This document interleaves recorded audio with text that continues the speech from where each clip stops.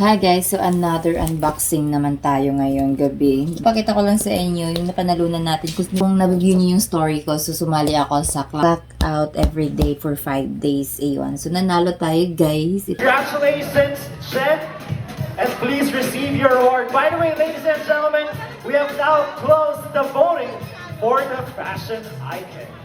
Ito yung pictures ko ng Clock Out ko. Ayan.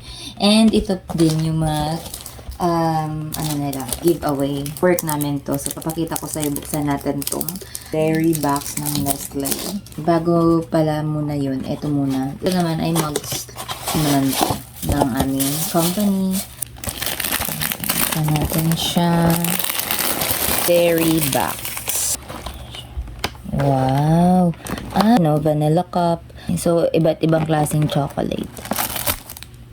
Galing. Salamat sa Landi for the chocolates. Hanapin natin kung mayroon silang dark chocolate kasi gusto ko yung dark chocolate. Parang wala. So, dahil dyan, dito tayo sa cookies and cream. Eto, siya. Tingnan natin. Ito guys, ay sa labas ko lang siya nilagay. So, ang nangyari is, nag-melt na siya. Kaya lalagay natin siya ngayon sa ref.